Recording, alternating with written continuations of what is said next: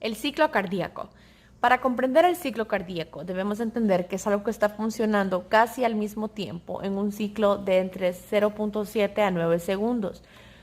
Antes tenemos que comprender a dónde y qué función, qué pasa con esa sangre que entra y sale del corazón. Siempre todo lo que lleva sangre hacia adentro del corazón va a ser una vena y todo lo que lleva sangre hacia afuera del corazón va a ser una arteria. Las venas llevan sangre desoxigenada generalmente, excepto lo que son las venas pulmonares, porque nos traen ya la sangre oxigenada de los pulmones. Y todas las arterias siempre van a llevar sangre oxigenada, excepto la arteria pulmonar. ¿Por qué? Porque la sangre viene desoxigenada y va a oxigenarse a los pulmones. De aurícula derecha, la sangre va a pasar a través de esta válvula, imaginemos que se abre, la válvula tricúspide, hacia lo que es el ventrículo derecho. Luego del ventrículo derecho, por la válvula semilunar, va a pasar a la arteria pulmonar. Como les explicaba, lleva sangre desoxigenada, por eso está en azul, porque va a oxigenarse hacia los pulmones. Todo esto pasa, como les explicaba, de 0.7 a 0.9 segundos y pasa en un ciclo que se denomina ciclo cardíaco. La literatura nos menciona que hay 5 fases. Como es un ciclo, se puede observar y se puede estudiar esto desde cualquier punto de vista del ciclo, pero encontré más fácil dividirlo del 1 al 5, comenzando por la fase del llenado. Pero igual, repito, eso se puede estudiar desde cualquier punto y va a continuar. El ciclo cardíaco también se divide en 2, en sístole, que es la contracción del músculo cardíaco, y diástole, que es cuando el músculo se relaja. Las fases son llenado, sístole auricular, contracción isovolumétrica, eyección y relajación isovolumétrica. Todo esto volviendo a llevarnos a la fase del llenado, porque es lo que es la sístole, incluye las partes de sístole auricular, contracción isovolumétrica y eyección, y la diástole, o lo que es relajación, es la relajación isovolumétrica y el llenado. Vamos a ver entonces qué sucede en el llenado. ¿Qué va a ocurrir en el llenado? La sangre que ingresó por tanto venas pulmonares, aurícula izquierda, como de la vena cava, porción superior e inferior, aurícula derecha, va a empezar a llenar lo que son mis ventrículos. Entonces, ¿qué va a ocurrir acá? Va a haber un llenado de los ventrículos a un 70%, lo que se denomina llenado rápido, y un llenado lento después, que se denomina diástasis. Esto recordemos que es en el proceso de diástole, ¿verdad? Luego, las válvulas auriculoventriculares van a estar abiertas porque está fluyendo la sangre. Se las puse así acá y va a haber un 70% del llenado.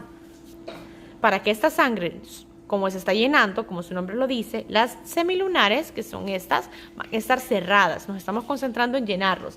La sangre siempre va a pasar de un lugar donde haya más presión a menos presión.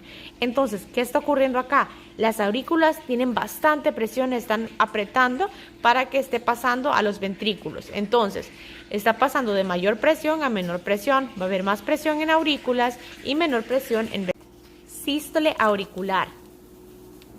¿Qué sucede? Aún ya se están llenando mis ventrículos, tenemos entonces aún más presión en las aurículas. Las aurículas se van a contraer con bastante presión, esta presión que se venía acumulando desde el llenado, y va a pasar ya casi completamente la sangre que tenían a los ventrículos, ese 30% que tenía restante.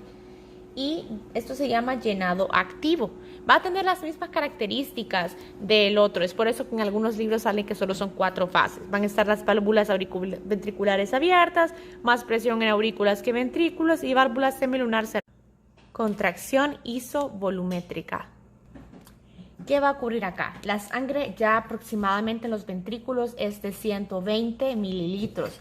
A eso se le conoce como un volumen telediastólico. Lo más característico de este proceso es que se cierran las válvulas auricoventriculares. Entonces las vamos a cerrar.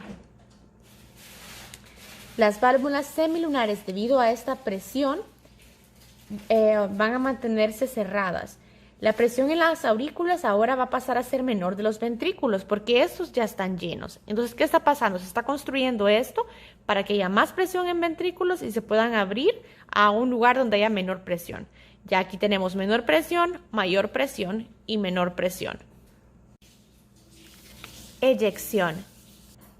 Toda esta presión que se venía creando en la contracción isovolumétrica en los músculos que están en los ventrículos va a hacer que esta sangre se eyecte desde el ventrículo derecho hacia la arteria pulmonar para que se oxigenen los pulmones y del ventrículo izquierdo hacia el callado aórtico para que vaya esa sangre oxigenada a todo mi cuerpo. Esta presión es tan grande que va a abrir estas válvulas semilunares. Las válvulas auriculoventriculares van a estar siempre cerradas.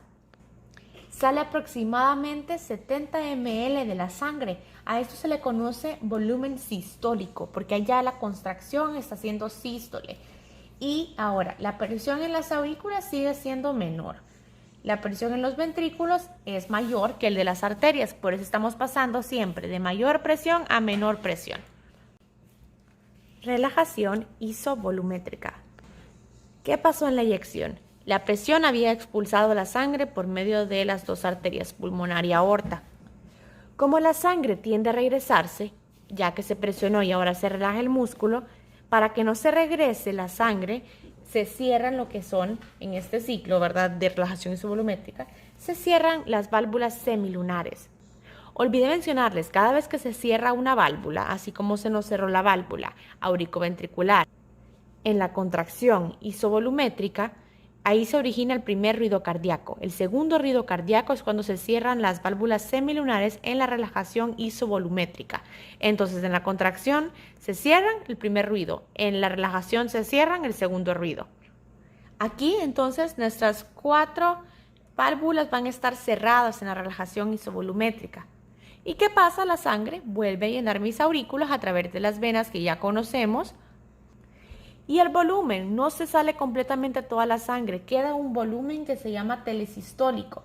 Recordemos que el primer volumen, el telediastólico era de 120, luego pasas el volumen a 70 cuando estamos en la eyección, así que hacemos esa resta de 120 menos 70, aproximadamente el volumen telesistólico tiene que ser de 50 ml.